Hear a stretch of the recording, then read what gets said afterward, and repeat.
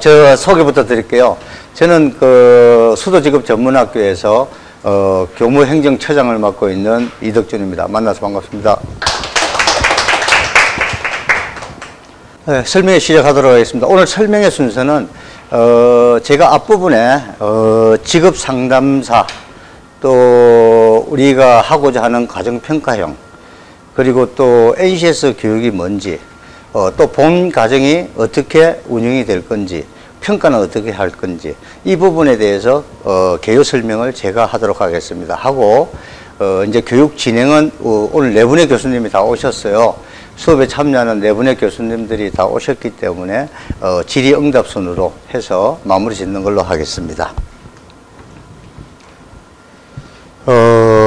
먼저 목차는 제가 설명을 드렸고요. 직업상담사라는 게 뭔가, 거기 정의에 대해서 한번 이렇게 살펴보도록 하겠습니다. 개인의 직업 발달을 지원하기 위해서 고안된 자격제도가 직업상담 자격제도입니다.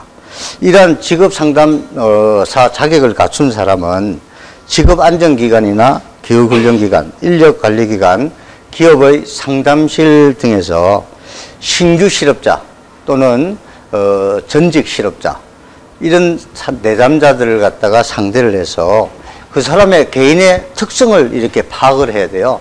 그래서 그런 개인의 특성을 파악하고, 또 이 사람이 어떤 수준의 레벨을 가진 사람인지 거기에 대한 평가를 하고, 그리고 그 평가가 끝나면 그 사람한테 맞는 적합한 직업군을 찾아서 조언을 해줘야 되겠죠. 그 사람이 어떤 직업을 가질 것인지. 그러면 이제 그분이 내담자께서 결정을 하셔서 어떠한 직업을 하겠다고 하면 이 직업을 갖기 위해서는 어떠한 준비를 해야 될까요? 그러면 그분이 예를 들어서 전기 관련직 쪽에 시설관리 파트로 나는 취업을 하고 싶다. 그렇게 예를 들면 이분한테 필요한 자격증이 무엇인지, 최소 현장에서 일을 하기 위해서는 뭐 전기 기능사 자격증, 또 소방 안전관리자 자격증, 또는 가스 안전관리자 자격증, 이런 세 가지 필수 요건의 자격증을 갖추고 거기에 대한 현장 실무를 알아야 그쪽 파트로 취업을 할 수 있는 거죠. 그럼 그쪽 취업 파트에서는 어떻게 근무를 하는지, 예를 들면 교대 근무를 하는지, 정규 9시에 출근을 해서 6시에 퇴근을 하는지, 그러한 현장의 어떤 그 직업군의 특성에 대해서도 알고 있어야 되죠. 그래서 그분이 직업을 결정하는데 어떤 조언을 직업상담사가 해줘야 됩니다. 또한 그러한 직업을 가지고 취업을 했는데, 취업을 했다 보니까 한두 달 사이에 내 적성에 안 맞는 것도 같고, 내가 이거 잘못 선택했다, 이런 생각이 들 수도 있고, 그래서 또 금방 그만두는 수가 발생을 할 수가 있어요. 이런 것들을 미연에 예방하고 조치하고 이 사람의 경력 관리를 해주고, 이런 부분 파트까지 직업상담사 업무 영역에 속하는 겁니다. 그리고 이제 이 직업상담사라는 것은 미국에서는 1930년도부터 도입이 돼서 1970년도에 확산이 돼서 안정적인 직업상담사들이 이렇게 배치가 돼 있어요. 그래서 미국에 우리 아들도 지금 미국에 가 있는데, 미국에는 중고등학교는 학년제 1학년, 2학년, 3학년 학년제부터 직업상담사가 상주를 하면서 최초부터 진로, 직업, 그 다음에 장래의 꿈, 희망, 이런 부분에 대해서 코칭을 합니다. 그리고 대학에 들어가게 되면 각 학과별로 직업상담사가 상주를 하면서 1학년 때부터 졸업할 때까지 이 진로 지도에 대해서 상담해주는 역할을 하고 있어요. 그런데 아쉽게도 우리나라는 1961년도에 직업관련법이 공포가 되고, 또 이제 본격적으로 시행된 것은 뭐 1995년도에 고용보험법이 이제 공포가 되면서 이제 고용보험에 어떤 비용이 축적되다 보니까 이 비용을 가지고 직업훈련을 시켜서 이런 시장에 내보내는 역할을 하게 되죠. 그러다 보니까 1999년도에 직업상담사라는 자격제도가 도입이 돼서 2000년도부터 본격적으로 이제 시행을 하게 됐습니다. 그래서 우리나라에 직업상담사라는 자격제도가 생긴 것은 불과 한 19년, 20년 이 정도밖에 안 된다. 짧은 역사를 갖고 있다. 그렇게 아시면 될 것 같아요. 직업상담사도 레벨이 있어요. 레벨이. 레벨 1부터 레벨 5까지 어떤 그 등급이 있는데요. 우리가 직업상담사 2급 자격증을 취득하게 되면 레벨 1부터 레벨 3까지의 수준의 영역으로 취업을 해서 활동을 할 수가 있습니다. 그래서 레벨 1을 보면 뭐 이런 초중 고등학교, 직업 관련 학교, 그 다음에 단체, 직업소개소 뭐 이런 쪽 계통, 그리고 헤드헌팅사, 아웃소싱사, 인력 파견업체, 뭐 복잡하게 써놨는데 쉽게 우리가 접할 수 있는 단어들이 인크루트, 와이드잡, 일다오, 피플, 커리어넷 뭐 이런 전문 업체들이 있어요. 그런 업체들 쪽으로 취업을 해서 취업 상담사로서, 직업 상담사로서 역할을 하시는 거죠. 그래서 지금 현재 이 레벨 1부터 레벨 5까지 수준에서 우리가 할 수 있는 일은 1부터 한 3 정도 경력이 별로 없으시니까, 그리고 경력을 갖추고 직업 상담사 1급이 있어요. 1급을 따려면 최초부터 직업 상담원으로서 3년 이상의 실무 경력이 있거나, 직업 상담사 2급을 따고 난 다음에 2년 동안의 실무 경력을 갖추면 직업 상담사 1급 자격에 도전할 수 있는 자격이 주어집니다. 그러면 그때 직업 상담사 1급 자격증을 취득을 해서 그때는 좀 더 높은 직종, 직업 평가라든지 직업 연구라든지 직업 심리 치료라든지 이런 파트에서 여러분들이 근무를 할 수 있게 되겠죠. 물론 그에 따라서 연봉도 높아지고 페이도 많아지고 또 복지도 많은 혜택을 받을 수 있고 뭐 그런 부분 영역까지 올라가실 수 있습니다.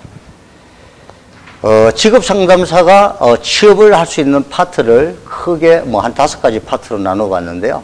직업 상담사가 가장 이제 기본이 되는 공공기관, 고용센터라든지 그다음에 또 지방자치단체의 공무원이라든지 국가직 공무원이라든지 이런 공무원 파트는 상담 직렬에 대해서 얘기를 하는 겁니다. 그래서 직업상담사 2급 자격증을 취득하시면 각 과목, 예를 들어서 9급 공무원 시험에 5과목이 나온다. 그러면 과목별로 5%씩 가산점, 쉽게 말하면 5점씩 가산점을 줘요. 100점 만점에. 그러면 5과목을 보면 25점 가산점을 가지는 겁니다. 그래서 상당히 가산점 5%라는 것은 굉장히 높은 가산점을 주는 거죠. 7급도 마찬가지예요. 7급도 5% 가산점을 줍니다. 이런 가산점을 받고 이런 공공기관이나 공무원 쪽으로 취업을 하실 수가 있어요. 공무원 중에는 제가 얼마 전에 뉴스에 봤는데 58세, 만 58세의 공무원 시험에 도전하셔서 합격하셔서 2년 근무하시고 만 60세에 퇴직하신 분도 계세요. 예. 마지막 자기 업무를 이런 상담 및 봉사직으로 하고 싶다고 해서 그런 분도 계시니까 나이에, 지금 여기 모이신들 보니까 나이에 대해서는 크게 제한이 없을 것 같아요. 그래서 도전해 보시기 바랍니다. 그리고 우리가 가장 많이 나가는 쪽이 이 취업 상담 쪽이죠. 그래서 저희 같은 직업 전문학교, 각종 학원, 학교, 예, 이런 쪽에 직업 상담사 1명을 법적으로 반드시 채용하도록 되어 있어요. 그래서 이런 쪽에도 가실 수 있고, 그리고 이제 고용센터에 가실 수도 있고, 민간기관에 취업 성공 패키지 팀들이 있어요. 이런 실업자나 재직자들을 상대로 해서 컨설팅 해주고 상담해주면서 내일 배움 카드를 받아서 직업교육을 받고 재취업을 시켜주는 그런 기관에 가서 일을 할 수 있습니다. 또한 이제 맞춤 상담이라고 해서 다문화 가정을 전담을 한다든지, 또 대학교, 요즘 대학교 내에 직업 상담 팀들이 다 파견 들어가 있어요. 그래서 대학교 4학년, 또 전문대학교 2학년 이 친구들을 대상으로 해서 맞춤형 상담을 해서 진로 지도를 하는 그런 쪽에 취업도 가능하십니다. 그리고 해외 취업. 해외 취업은 이제 보통 일반 취업 비자를 받아서 나가는 게 F 계열의 취업, F2 비자나 F1 비자나 뭐 이런 취업 계열을 나가는데, J1 비자를 발급해서 나가는 데들이 많아요. 이 J1 비자는 뭐냐면 전문 취업 비자가 아니고 인턴으로 학교에서 공부도 하면서 또 취직해서 일도 할 수 있는 이런 비자를 주는 미국 대학들이 많습니다. 그래서 그런 쪽으로 갈 수 있도록 알선해주는 그런 역할을 하죠. 그래서 민간기관에서 운영하는 직업소개소들이 있고, 그리고 K무브로 해서 산업인력공단에서 국가에서 직접 해취업을 알선해주는 팀들이 나와 있습니다. 그리고 직업상담사 자격증 가지면 자기가 창업할 수 있어요. 직업소개소 내가 차릴 수 있어요. 온라인이든 오프라인이든 다 됩니다. 다 되니까 그 부분에 대해서는 우리 김영 교수님께서 또 전문가시니까 나중에 수업 시간에 개인 창업을 하고 싶은 분들은 문의를 해주시면 됩니다. 지금 요거는 이제 따끈따끈한 정보인데요. 지난달 4월 10일 날 국가 정부 합동부처에서 직업상담원을 대폭 늘리겠다 하고 발표한 자료입니다. 그래서 왜 직업상담원을 늘려야 되느냐.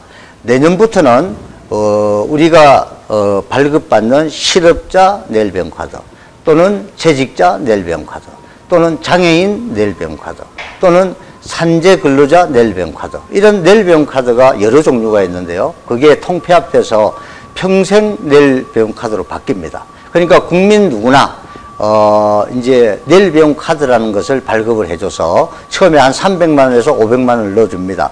그러면 5년이 지나면 다 쓰고 나면 또 넣어줘요. 평생 교육을 받을 수 있도록 내년부터 카드가 바뀌어요. 그러면 이제 앞으로 이런 직업을 찾고 상담을 하고 이직을 하고 이러려고 하는 분들이 그만큼 이제 상담을 많이 요구를 하겠죠. 그런데 아쉽게도 전국에 100개의 고용센터가 있는데 그 100개의 고용센터에 상담원들이 평균적으로 계산해 보니까 지금 총 200명 있어요. 그럼 1개 상담센터에, 고용센터에 2명씩 근무하는 거죠. 2명이 50명, 100명을 상대로 어떻게 상담을 해주고 알선을 해주고 코치를 해주고 이런 시간이 없다는 거죠. 그리고 새로운 직업을 갖는 사람은 자기 인생이 달린 문제예요. 내가 어떤 잡을 가져서 어떤 일을 할 거냐에 따라서 가장으로서 또 가족의 생계가 달린 문제고, 이런 중요한 문제를 상담하고 알선하는데 어떻게 2명이 100명을 커버할 수 있습니까? 그래서 직업상담원을 대폭 늘려라, 이렇게 해서 공문이 내려왔어요. 그 내용이 이 내용입니다. 이 내용들이, 그래서 정부에서 4월 10일 날 발표를 해서 올해 후반기부터 직업상담원들을 대폭 뽑을 거예요. 그리고 내년까지. 그래서 요거는 한시적으로 올해 후반기부터 내년 말까지 한시적으로 뽑으니까 여러분들은 어떻게 생각하면 그 기회에 딱 맞게 내가 줄을 섰다, 이렇게 생각하시면 됩니다.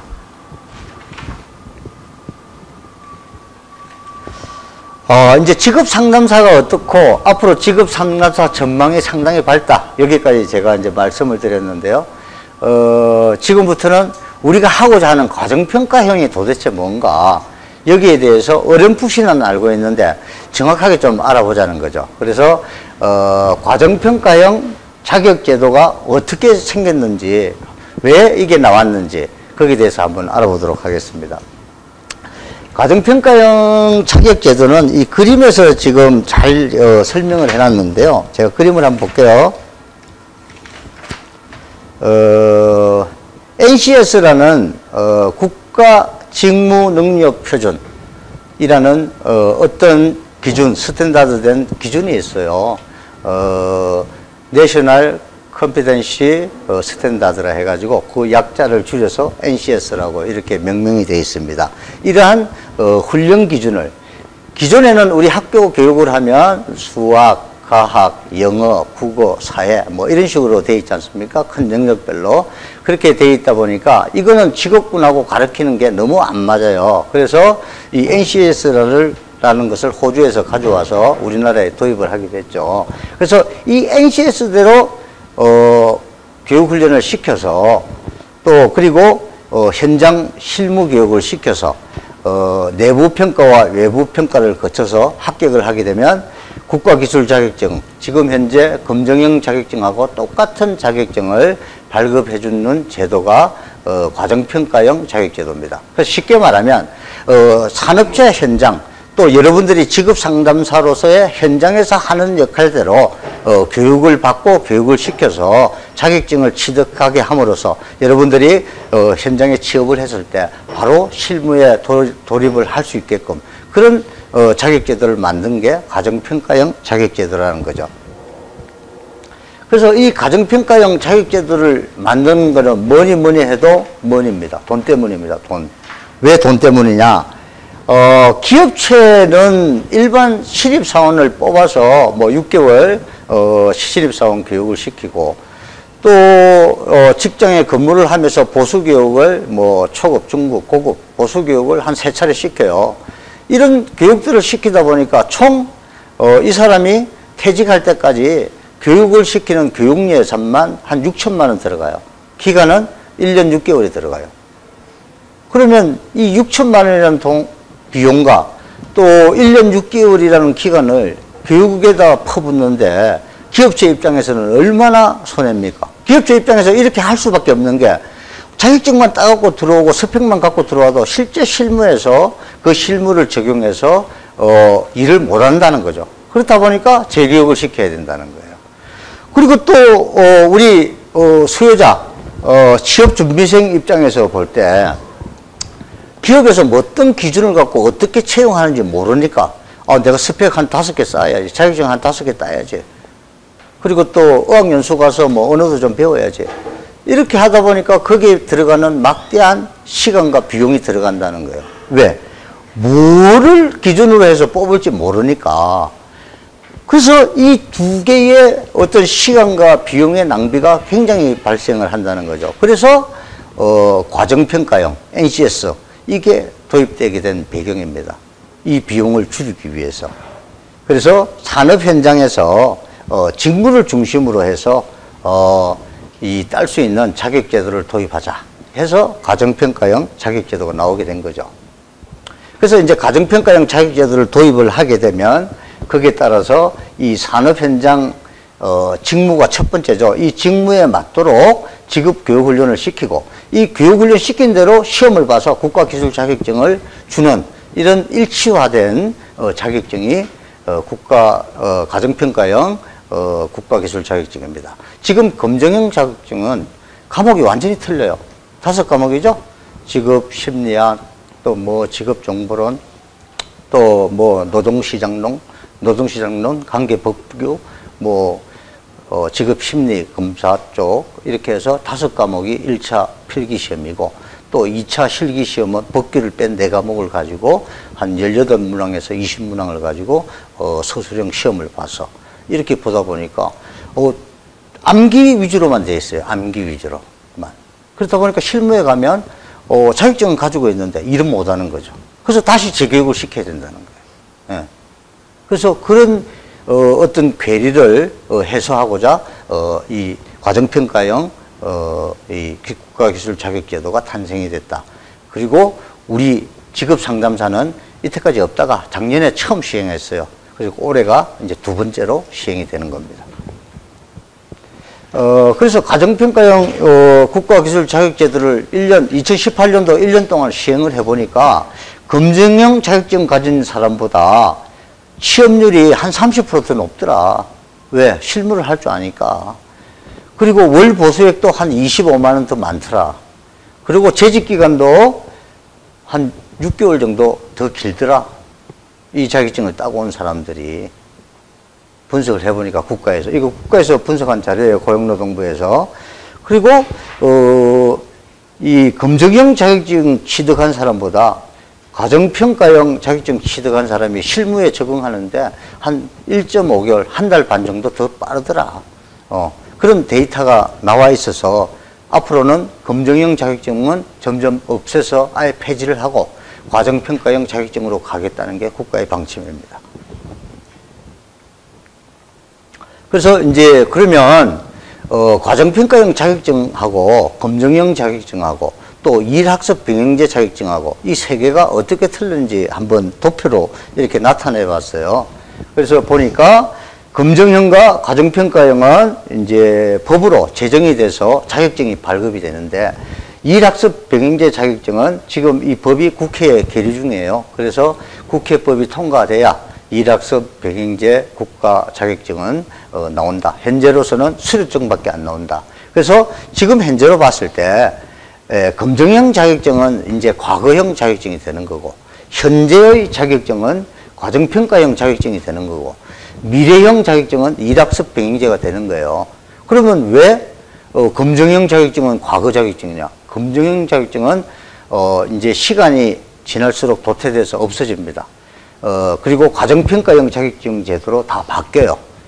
그러면 이거는 왜 미래형 자격증이냐? 우리가 예를 들어서 직업상담사 2급을 따고 어떤 내가 근무를 하고 있다 이거예요. 근무를 하는데 내가 근무하는 직장에 일학습 병행제 상설 설치가 되면 나는 직업상담사 1급을 따고 싶어. 그러면 나는 이 일학습 병행제 팀에 넣어달라 해서 들어가는 거예요. 그래서 낮에 일하고 일 끝나고 한두 시간을 활용을 해서 직업상담사 1급 과정에 교육과정을 학습을 받는 거예요. 그리고 그 과정을 다 마스터하고 내외 평가를 끝내면 이제 직업상담사 1급 자격증이 나오죠. 그러면 내가 직장 생활을 하면서 또 상위의 자격증을 딸 수 있는 미래형 자격증이라는 거죠. 그래서 이 두 가지가 정착이 돼야 되겠죠. 과정평가형 자격증과 일학습 병행제 자격증이 정착이 되면 앞으로 우리가 학교 교육과 또 직업훈련 시키는가, 교육과 현장의 괴리감이 어느 정도 해소가 된다. 저는 그렇게 판단을 합니다. 그래서 이제 여기 보면 쭉 한번 유인물 읽어보세요. 지금 이 국가기술 자격 종목이 검증형이 527개인데 지금 과정평가형이 143개까지 올라왔어요. 그래서 점점 이제 검증형은 없어질 거예요. 그리고 일학습 병행제 자격증도 615개 종목으로 늘어났어요. 그 다음에 여기서 이제 중요한 게 응시 자격이에요. 응시 자격. 응시 자격은 직업상담사 2급은 산업기사 레벨 수준이에요. 제일 밑에 기능사고 그 다음에 산업기사고 기사인데 직업상담사는 2급은 산업기사 레벨이다.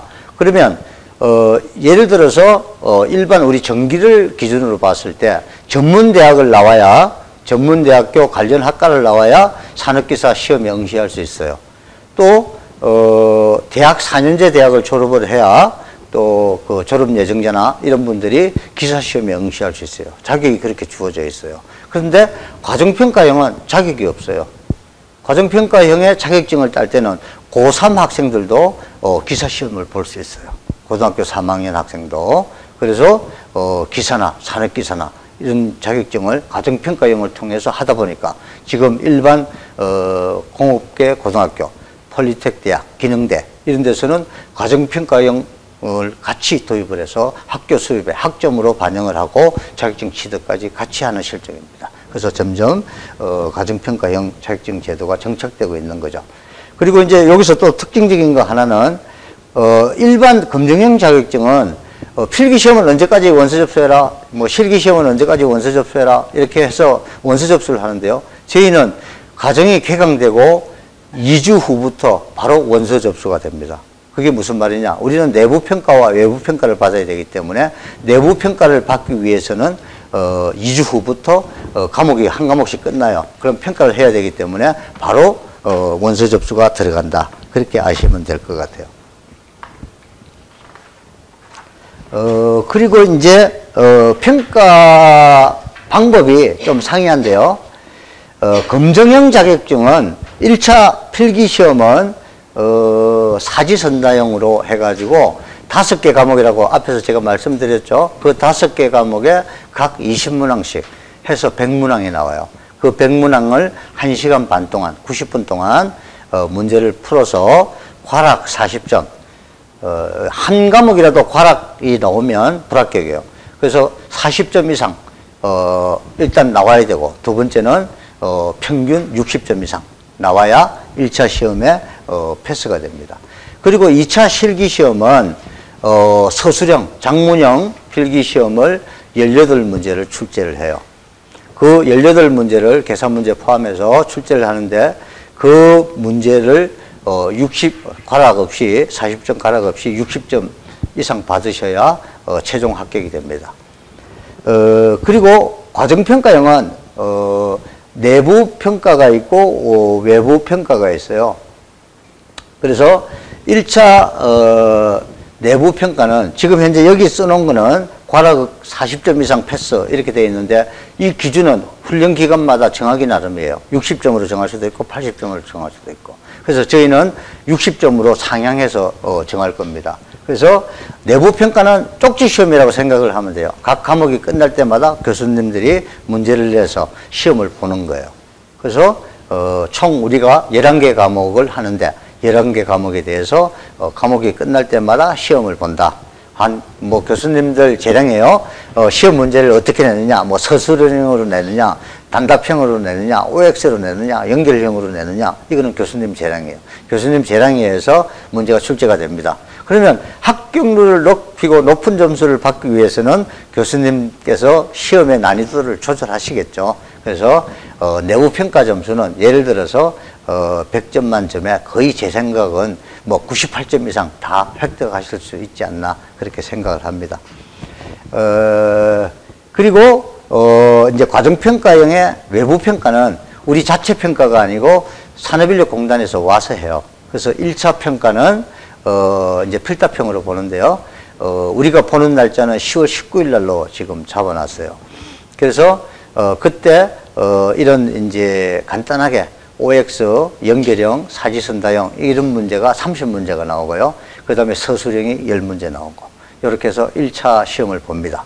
그 다음 2차 시험은 10월 20일 날 볼 거예요. 토요일, 일요일 날.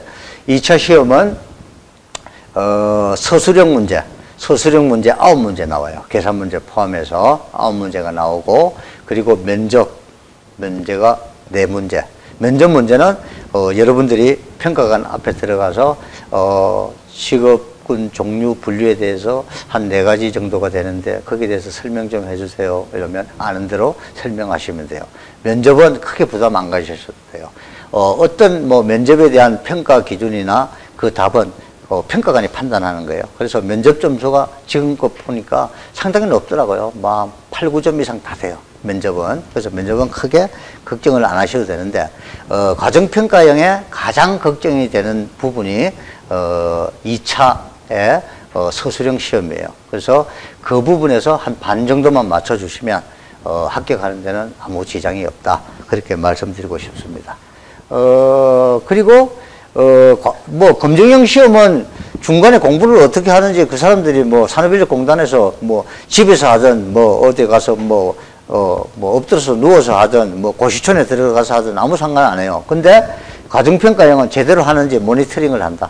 쉽게 말하면 교육검열을 나온다. 교수님이 잘 가르치고 있나, 잘 알아듣고 있나, 시간표대로 하냐, 교재는 뭐 규정된 교재를 쓰고 있냐, 뭐 이런 거에 대해서 그분들이 나와서 점검을 해요. 그걸 모니터링이라고 해요. 그래서 중간에 그분들이 틈틈이 나와서 지켜본다.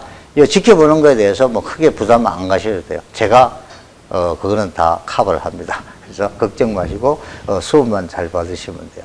그래서 과정평가형은 합격 기준이 내부평가 50점, 우리 여기 기관에서 주는 거, 그 다음에 산업인력관리공단에서 주는 시험 50점. 이 50점이 1차, 2차를 합쳐서 50점이에요. 그러면 우리가 예를 들어서 학교에서 50점 만점을 다 드렸어. 그러면 여러분들이 외부평가에서 1, 2차에서 따야 되는 점수가 30점만 따면 되죠. 그러면 면접 10점 만점에 8, 9점 다 준다 그랬어. 그러면 면접 10점 제끼고 그러면 뭐 60점이죠. 거기다가 서술형 시험에서 내가 뭐 또 한 뭐 서술형 시험 9문제에서 뭐 7, 8개 맞았어. 그러면 서술형 시험에 40점 만점이에요. 서술형 시험이. 그럼 거기서 뭐 한 2, 30점 따고 그리고 뭐 어려운 예를 들어서 2차 시험에서 가장 어려운 뭐에 대해서 논하라, 뭐에 대해서 뭐 계산을 해라 이런 문제들을 다 틀렸어. 그래도 외부 평가에서 30점 1차, 2차 시험을 합친 게 30점만 받으면 우리가 준 점수가 50점이니까 80점이 되는 거죠. 그러면 자격증이 나간다. 그래서 검정형 자격증보다는 과정평가형 자격증이 취득이 좀 쉽다. 이렇게 말씀을 드릴 수 있어요. 자격증 그건 똑같은 자격증이에요. 똑같은 국가기술 자격증인데 단지 이 자격증에다가 가정평가형 국가기술 자격증이다 이렇게 명시를 하고 수도 직업 전문학교에서 교육을 했다. 언제부터 언제까지 했다. 총 몇 시간을 교육을 받았다. 그리고 어떤 NCS 교육을 이 사람이 이수를 했다 하고 그 뒷장에다가 상세하게 적어줘요. 가정평가형 자격증. 국가기술 자격증과 똑같아요. 케이스도 똑같고 표지도 똑같고 똑같은데 요 사항들이 세부적으로 더 기록되어 있다. 그렇게 아시면 될 것 같아요. 그러면 가정평가형 자격제도 특징을 한번 볼까요? 특징 제가 앞에서 설명했죠. 시험 면제 없고 보름 2주 후에 바로 원서 접수가 들어간다. 그래서 우리는 산업기사, 직업상담사 2급은 산업기사 레벨에 속하기 때문에 요번 우리 과정은 616시간이 편성이 되어 있다. 4개월 동안 수업한다. 하루 7교시 수업한다.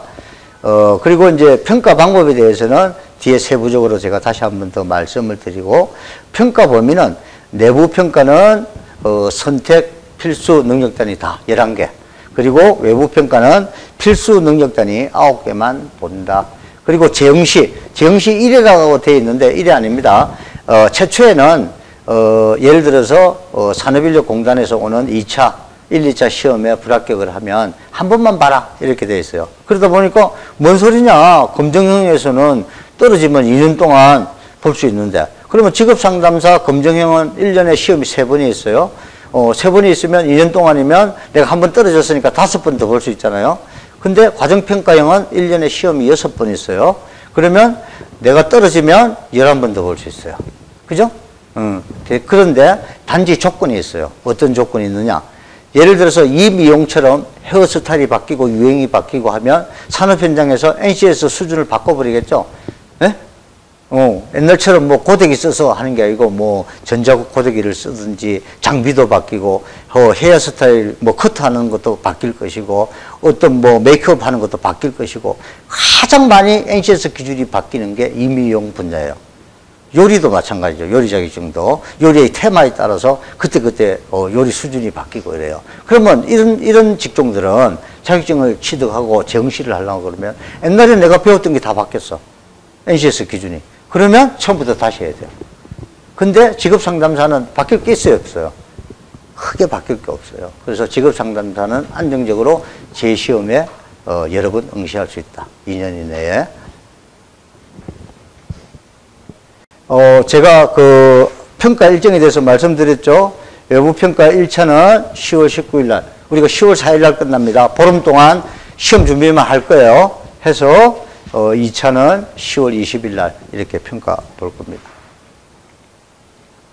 그러면 이제 NCS, 여러분들 앞으로 이제 과정평가형 이거 교육을 받으면 1차 시험 문제에 NCS 개념에 대해서 묻는 문제가 꼭 한두 문제가 나와요. 그러면 오늘만 잘 들으면 무조건 한 문제 맞춰요. 제 얘기만 잘 들으면. NCS는 앞에서 잠깐 언급을 했죠. 이 현장의 목소리, 취업준비생이나 기업체나 뭐라고 현장의 목소리가 뭡니까? 돈, 시간. 이거 전략하게 해달라는 거 아니에요, 국가에서. 왜 국가에서 교육을 이원화시켜서 교육을 시켜놓고 실질적으로 현장에 가보니까 교육받은 게 아무것도 안 맞더라. 그래서 학교 교육에서 시간, 돈 낭비하고 또 기업체 가니까 기업체는 기업체 나름대로 또 시간과 돈을 또 쏟아부어야 되겠죠, 신입사원한테. 왜 이런 구조를 국가에서 만드냐. 이거 개선해달라. 그래서 NCS가 도입되게 된 거예요. 그래서 NCS 개념을 보면 NCS라는 것은 산업 현장에서 요구하는 기술, 어떠한 기술을 습득하느냐. 그 다음에 태도, 또 이런 것들을 할 수 있는 지식이 있어야 되겠죠. 이 산업 현장에서 요구하는 건 이거예요. 기술과 태도와 지식. 쉽게 말해서 기술과 지식은 있는데 태도가 싸가지 없으면 면접에서 바로 탈락이죠. 안 뽑죠, 그런 사람. 이 세 가지를 갖춰서 보내라는 거예요. 이 세 가지를 교육에서. 그래서 이거를 요구를 하다 보니까 그러면 국가에서 NCS가 가장 잘 되어 있는 나라가 호주입니다. 그래서 호주에서 NCS 제도를 가지고 왔어요. 가지고 와가지고 NCS 제도를 지금 계속 적용하고 개선해 나가고 있습니다. 나가서 산업 현장에 적합한 인적 자원을 개발하기 위해서 NCS를 만들었어요. 그래서 NCS 나중에 이제 시험 문제에 나와요. 우리가 하는 직업 상담 서비스가 07에 02에 01라는 게 있어요. 07은 사회복지, 종교. 그 다음에 02는 직업 상담. 01은 직업 상담 서비스.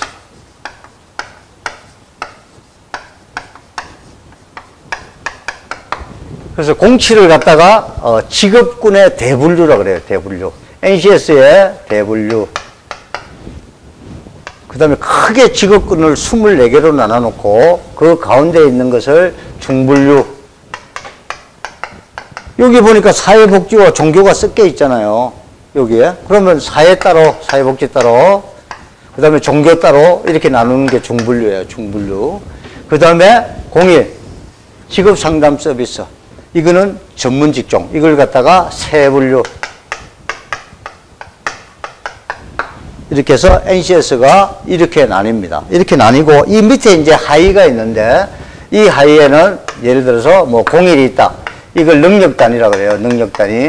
능력 단위는 쉽게 말하면 과목. 한 개의 과목이라고 생각을 하시면 돼요. 과목. 그 다음에 여기 밑에 또 있어요. 뭐가 있냐면 능력 단위 요소. 능력 단위 요소라는 게 있어요. 능력 단위 요소. 능력 단위 요소는 과제라고 생각하면 돼요. 과목에 편성되어 있는 과제다.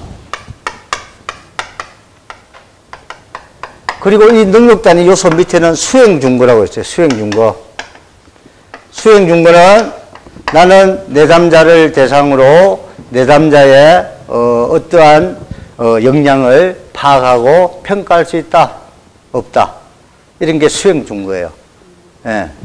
거기에 따른 어떤 성취도 수준을 얘기하는 거죠. 그래서 NCS는 이렇게 대분류, 중분류, 세분류, 능력 단위 요소, 수행 준거 이렇게 레벨링이 돼서 구성이 돼 있다. 그렇게 보시면 됩니다. NCS 도입 배경은 제가 말씀드렸죠. 두 개가 그거 하기 때문에 호주에서 가져왔다. 호주계 NCS, 내셔널 컴피던시 스탠다드. 그리고 영국은 NOS, 미국은 NSS. 누가 그래요? NCS는 미국에서 가져왔다. 그 사람은 잘 모르시는 분이에요. 그래서 이 NCS를 우리가 어떻게 활용을 하냐. NCS는 이런 제가 얘기했죠. 대분류, 중분류, 소분류 뭐 이렇게 돼가 있고 또 직업 현장에서 요구하는 그런 직업군 또 학교 교육시키는 거 이런 것들을 두 가지 기업과 교육 쪽의 두 가지를 상호 매칭시켜서 이렇게 NCS 교과 편성이 돼 있는 거예요. 그걸 해결할 수 있도록. 그리고 NCS는 산업 현장이 바뀔 때마다 예를 들어서 우리가 4차 산업혁명에 의해서 IT 기술이 발달하고 하면 그 NCS 직종이 바뀌어요. 그 안에 있는 능력 단위도 바뀌고 능력 단위 요소도 바뀌고 수행 준거도 바뀌어요. 왜? 이 현장에서 요구하는 기술 수준이 틀리기 때문에. 지금 5G 시대잖아요. 그러면 4G, 3G, 2G 이 기준에 돼 있는 NCS는 5G 수준으로 다 바뀌어야 돼요. 그렇게 산업체에서 요구하는 것들을 갖다가 도입을 해서 국가에서 NCS는 해마다 개정을 해요. 1년에 2번씩 개정을 합니다. 그렇게 알고 계시고 이 NCS는 우리가 지금 현재 대학 교육이 어떻게 되어 있어요? 문과는 문과제로, 이과는 이과제로 나눠져 있죠. 그러다 보니까 문과생들은 취업을 하기가 힘들어요. 취업을. 이과생들은 그나마 나아요. 그래서 앞으로 이렇게 교육을 시킬 게 아니라 처음에 이제 이 학과를 한 두 개로 나눈다는 거죠.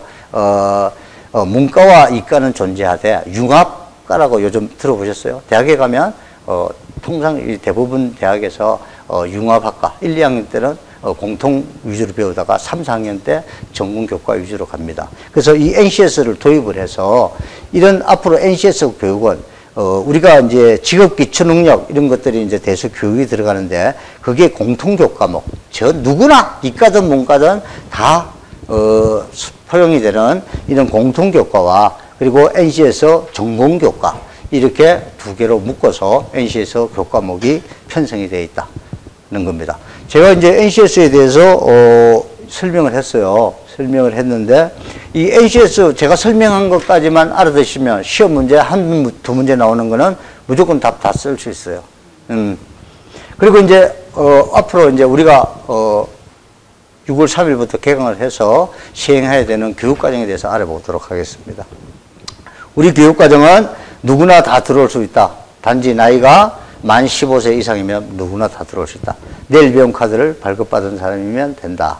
그래서 앞으로 6월 3일부터 10월 4일까지 4개월 동안 하고 616시간 교육을 한다. 그래서 NC에서 소양 교과 과목은 우리 김진환 교수님이 강의를 하실 겁니다. 교수님 잠깐만, 예. 우리 김진환 교수님이 NC에서 소양 교과 과목 하실 겁니다. 그리고 이제 직업 상담 일반 파트가 있죠. 직업 상담 일반 파트하고 그다음에 집단 상담 프로그램 쪽에 있는데 우리 남상욱 교수님, 예. 네, 남상욱 교수님, 예, 앞쪽에 있었습니다. 이름이, 예, 예, 앞쪽에 있었어요. 예, 앞쪽에 있지 않습니까? 직업 상담 일반 파트에, 예, 남상욱 교수님, 예. 우리 가장 젊으시고 또 비중이 가장 높은 과목을 담당하세요. 하시니까 또 시험 문제도 가장 많이 나오는 파트예요. 예, 잘 강의해 주실 겁니다. 예. 그리고 이제 취업 상담 쪽도 이게 많이 나오는데요. 취업 상담 쪽은 우리 오창록 교수님, 네, 담당해 주실 거예요. 예. 그리고 이제 실무, 여러분들 실무, 직업 심리검사 선정을 하고 실시를 하고 해석을 하고 평가를 하고 하는 부분, 이 파트 부분에 대해서 우리 김영 교수님, 네, 나오셨습니다. 네, 강의를 해 주실 겁니다. 네. 그러면 이제 평가에 대해서 이제 조금 세부적으로 한번 뜯어볼까요? 평가에 대해서. 자, 평가에 대해서 한번 봅시다. 먼저 내부평가입니다. 내부평가. 내부평가는 우리 자체에서 자체 기준에 의해서 시험 문제도 출제하고 여기서 시험을 보고 결과 보고만 산업인력공단으로 한다. 그런데 내부평가는 반드시 75% 이상 그 해당 능력단이 교육을 할 때 출석이 75% 이상 돼야 패스가 된다. 그래서 그 75% 이상 출석을 해야 된다는 거 반드시 알고 계시고요. 우리는 직업상담사 2급은 이론 중심의 교육입니다. 그래서 이론 중심의 교육은 문제 해결 능력을 중심으로 주로 필답형으로 평가를 한다. 그리고 평가 내용은 우리 자체적으로 알아서 한다. 결과는 우리가 평가를 해서 교수님들이 LMS 학사관리 시스템에 15일 이내에 입력을 한다. 그리고 시험을 봤는데 내 점수가 시원찮아. 내가 원하는 능력단위 점수는 100점인데 내가 80점밖에 안 나와서 뭐 떨어지는 거 아니야 그래도. 근데 나는 다시 재평가를 보고 싶어. 이런 사람이 있고, 우리가 내가 합격 기준을 40점에서 60점으로 정한다 그랬죠. 내부평가. 시험을 봤는데 내가 뭐 65점 받았어. 또는 시험을 봤는데 55점 받았어. 이런 분들은 자기가 원하면 재평가를 볼 수 있다. 근데 60점을 기준으로 잡았는데 55점 받은 사람은 강제적으로 봐야 된다. 재평가를 한 번 봅니다. 한 번 봐서 마지막 최종 평가 점수로 점수를 반영을 한다. 80점이 나왔는데 두 번째 시험을 봐서 100점을 받았어. 그럼 100점을 반영을 한다. 그 내용입니다. 그리고 내부평가는 과목이 총 11개 과목이다. 여기에 보면 직업기초능력은 평가가 없습니다. 출석으로만 합니다. 출석. 75% 출석만 하면 직업기초능력 평가는 패스. 그리고 선택 과목이 두 과목이 있는데요. 이 선택 과목을 외부평가 때는 안 보는데 내부평가 때는 이 선택 과목이 포함돼서 11개 과목을 교수님들이 시험을 문제를 내서 본다. 예, 자체 평가로 본다는 거죠. 그래서 조금 머리를 써야 될 거 아니에요. 어떻게 머리를 쓰냐. 선택 과목을 개강할 때 먼저 해버리는 거예요. 왜? 나중에 가면 먼저 한 것 한 서너 달 지나면 다 잊어버리거든. 그래서 문제 선택 과목은 우리 자체 평가로 끝나니까 선택 과목을 먼저 시간표에 반영을 해서 선택 과목 쭉 나가서 끝내고, 그 다음에 나머지 9과목을 외부 평가에 대비해서 7과목, 9과목이죠. 9과목 남는 걸, 그때 프로그램에 맞춰서 시간표에 반영해서 진행을 한다. 그렇게 하면, 아무래도 점수도 높아지고 합격률도 높아지겠죠. 그리고 이제 문제는 외부 평가인데, 외부 평가는 일단 전제 조건이 출석률이 75% 이상 돼야 된다. 75% 이상. 그러면 75% 이상 되고, 두 번째, 내부 평가를 다 통과를 했다. 패스가 됐다. 그 사람에 한해서 외부 평가를 신청하고 볼 수가 있다. 그래서 외부 평가는 1년에 6번 보는데, 우리는 5회차에 응시를 한다. 10월 19일부터 10월 20일 날. 그래서 외부평가 봤는데 재수 없이 뭐 한 2문제 사이로 떨어졌어. 그러면 외부평가, 다음 외부평가 6회차 외부평가에 11월 달에 있습니다. 그때 접수해서 12월 달, 그때 시험을 또 보는 거예요. 예. 그래서 그때까지 합격하면 되는 거예요. 그래서 합격률을 조사를 해봤더니 일반 직업상담사 2급은 합격률이 한 28% 정도밖에 안 되는데 2018년도에 가정평가형 직업상담사는 한 70% 가까이 되더라는 거죠, 합격률이. 그래서 합격률 면에서 가정평가형 직업상담사가 훨씬 높더라. 50%, 뭐 60% 차이 나면 굉장히 많은 차이가 나는 거죠. 그래서 외부평가 과목은 이렇게 9개의 과목이다. 이런 내용입니다. 외부평가 시험에 대해서는 앞에서 제가 한번 설명을 드렸는데 설명 안 드린 내용만 할게요. 1시간 30분 동안 본다. 시험을 1시간 30분 동안. 1차. 그래서 요거 1차 시험은 100점 만점에 40점만 반영을 한다. 그 다음에 2차 시험은 2개로 나눠져 있어요. 2차 시험은, 이런 어떤 그 실무형 문제를 9문제네요. 9문제. 9문제 푸는데 시간을 얼마나 주냐? 3시간을 줘요. 3시간. 그러면 검정형 자격증은 18문제 푸는데 1시간 반을 줘요. 그러니까 우리가 시간이 2배로 많죠. 문항수는 2배로 적고. 그래서 충분한 시험 시간을 우리가 가지고 활용할 수 있다. 그렇게 아시면 되고. 그리고 면접평가라는 게 있어요. 면접평가가 10점인데 면접평가는 4가지 면접 문제 유형을 가지고 여러분들한테 이렇게 구두로 물어보고 구두로 답변하고 그러는 게 면접평가예요. 그래서 총 100점이 1차가 40점, 2차 중에 서술형 시험이 50점, 면접이 10점, 이래서 100점 만점에 여러분들이 60점만 패스하면 되죠. 그래서 주어지는 점수가 60점이면 점수로 환산하면 30점이에요. 그죠? 30점. 그 다음에 우리 내부평가에서 주는 점수가 50점. 그래서 합 80점만 되면 자격을 취득할 수 있습니다. 시험 문제 한번 볼까요? 시험 문제 보면 머리 아프겠죠? 한번 보시죠. 이게 공개되어 있는 시험 문제입니다. 시험 문제 첫 페이지 넘기면 두 번째 장에 수험자 유의사항 나와요. 이거 수험자 유의사항 이거 꼼꼼히 다 읽어보셔야 돼요. 수험자 유의사항 꼼꼼히 읽어보시고 뭐 예를 들면 뭐 2가지 색깔의 볼펜을 쓰면 안 된다. 뭐 여기 나와 있어요. 밑줄을 틀린 거 착선을 할 때는 반드시 한 줄이 아닌 2줄로 그어라. 뭐 이런 내용들이 있어요. 읽어보시고 꼼꼼하게 읽어보시고 시험에 임하시면 됩니다. 그리고 1차 시험은 시험지와 답안지가 따로 나와요. 따로 나와서 각각 이렇게 작성해서 답안지 제출하면 되고 시험지도 안 줍니다. 시험지도 반납을 하셔야 돼요. 다음 장 넘겨보세요. 1번부터 이제 문제 나와요. 1번부터. OX 나오죠. 또 연결형 나오죠. 까만 점 찍어 넣어서. 그 다음에 사지선다형 나오죠. 그래서 사지선다형이 제일 많네요. 사지선다형 문제가 쭉 넘겨보세요. 30번까지 나와요. 30번까지.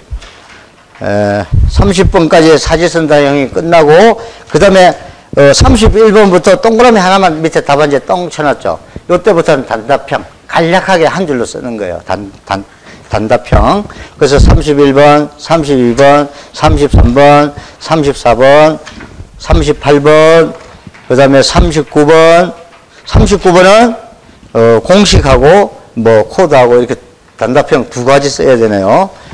그리고 마지막 40번째 문제는 이렇게 계산 과정하고 답하고 이렇게 쓰도록 되어 있습니다. 여기까지가 1차 시험 40점. 요거는 뭐 거의 30점 이상 다 나오십니다. 요거 1차 시험은 요거 높게 나와요, 점수가. 그 다음에 이제 넘기면 2차 시험 문제 나와요. 2차 시험 문제. 2차 시험 문제는 서술형 9문제라 그랬죠. 9문제. 2차 시험 문제도 요 시험 문제 받으면 앞에 나와 있는 거 꼼꼼하게 읽어보세요. 읽어보시고 수험자 유의사항 나와요. 그래서 실무형 3시간, 면접 10분. 면접할 때는 격리시킵니다. 격리. 먼저 면접 보고 온 사람이 가르쳐주면 안 되니까 다른 방에 가서 대기하고 있어야 돼. 시험을 우리가 어디 시험 장소에 가서 보는 거 아니에요? 여기서 보는 거예요. 여기서. 외부평가도 여기서 보는 거예요. 그래서 홈그라운드 이점이 있죠. 여기서 공부하고 여기서 시험 보니까 합격률도 높은 거예요. 그죠? 네. 그래서 되어 있습니다. 그래서 2차 시험은 시험지에다가 직접 답을 쓴다. 서술형으로. 별도의 답안지가 있는 게 아니고. 그래서 보면 1번부터 1, 2, 3, 4, 5, 6, 7, 8, 9번. 이렇게 되어 있죠. 그래서, 계산기 필요하니까 일반 공학용 계산기 말고 일반 계산기 하나 가져가세요. 초기화 시켜서 가져가셔서 계산 문제 꼭 한 문제 나옵니다. 그래서 계산 문제 하나 이렇게 쓸 수 있도록 하고. 그 다음에 질의응답 바로 앞장 보세요. 질의응답 바로 앞장. 질의응답 바로 앞장. 맨 마지막에 질의응답 표 보세요. 맨 마지막 장 표 보세요. 네, 거기 보면 좌측에 면접 문제 4가지 나와 있죠. 조직 문화 형성 요인에 대해서 외적 요인과 내적 요인을 구분해서 제시하시오. 이게 글로 쓰는 게 아니에요. 말로 물어보는 거예요. 말로. 물어보면 아는 대로 답변하시면 돼요. 예? 이거 면접은 여러분들 시험 점수 주려고 하는 거예요. 주려고 하는 거니까 면접에 대해서 크게 부담 안 가셔도 돼요.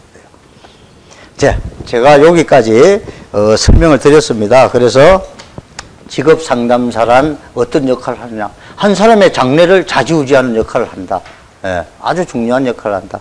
그리고 과정평가형 자격제도가 어떤가 여기에 대해서 우리가 알아봤고 검증형 자격제도와 비교를 해서 그리고 NCS 우리가 앞으로 배우는 NCS 교육의 개념이 뭐고 우리가 어떻게 활용을 하는가 거기에 대해서 알아봤고요. 그리고 올해 교육과정 운용을 우리가 이런 식으로 하겠다 하고 말씀드렸고 그리고 마지막으로 내부평가와 외부평가 특히 외부평가의 시험 문제 유형까지 여기다가 다 드렸으니까 거의 시작이 반이라고 여러분들은 자격증 50%는 이미 따놓고 들어간다. 그렇게 생각하시면 될 것 같아요. 마지막으로 우리 교수님들 나와 계시는데 우리 김영 교수님의 간략한 과목별 시험에 대해서 어떻게 대비하느냐 거기서 말씀 한마디 들으시고 그 다음에 질의응답 교수님들한테 직접 가지는 시간을 갖도록 하겠습니다. 예, 김영 교수님 나와주십시오.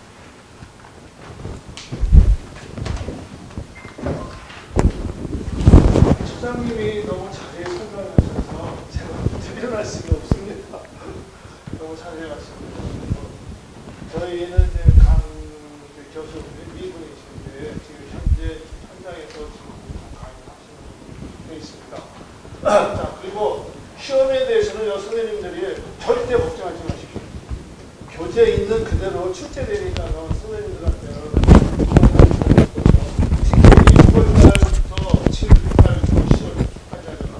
그래서 우리가 흔히 지금 한 여름철에 공부하시잖아요, 선생님들이요. 여름철에 공부하시기 때문에 선생님들이 금년 한 해 여름철은 바로 강의실에서 독서 삼매경 하시는 거죠. 그래서 시험 보시는데 우리 강사 교수님들이 절대 부담 없도록 선생님들이 열심히 아마 강의해 드릴 겁니다. 그래서 시험 문제는 대체적으로 100% 쉽게 나오고 100% 합격할 수 있도록 저희들이 최선을 다할 테니까는 선생님들께서는 절대 출석만 잘하시면 됩니다. 시험의 문제에 대해서는 일단 부담 갖지 마시고 열심히 출석하셔서 같이 우리 100% 합격해 주시면 되겠습니다.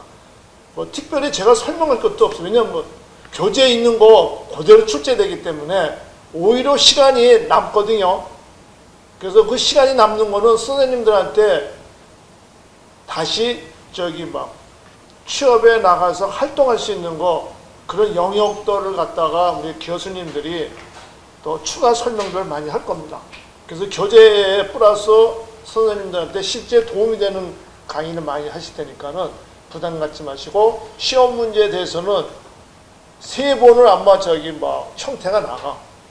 이게 본고사 형식이 하나 나가고, 그다음에 결시자가 나오거든요. 결시자 형태식 나가고, 그다음에 재평가. 그래서 문항이 세 가지 형태인데,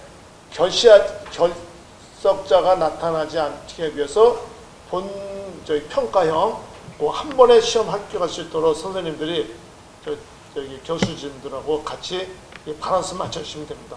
시험 문제는 예를 들면 10문항이 예비문항이 줄 겁니다. 10문항이 예비문항 주면 그 중에서 50%는 거기서 출제되는 걸로 이렇게 돼 있으니까는 아마 대체적으로 시험 문제는 쉬우니까 선생님들이 부담 갖지 마시고 일단 열심히 공부하시면 되겠습니다. 궁금하신 거 있으면은 이거 다가가 돼 있으니까는 다 간 다음에 다가 하시면서 질문 받도록 하겠습니다. 네, 감사합니다. 질문사항 있으면 따로 이야기하십시오.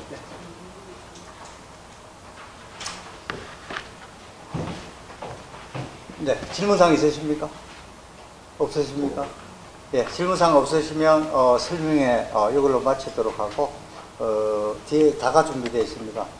다가 하면서 궁금한 거 있으면 교수님들한테 이렇게 프리토킹으로 말씀드리면 될 것 같아요. 이상으로 과정평가형 직업상담사 2급 취득과정에 대한 사전 설명회를 마치도록 하겠습니다. 감사합니다.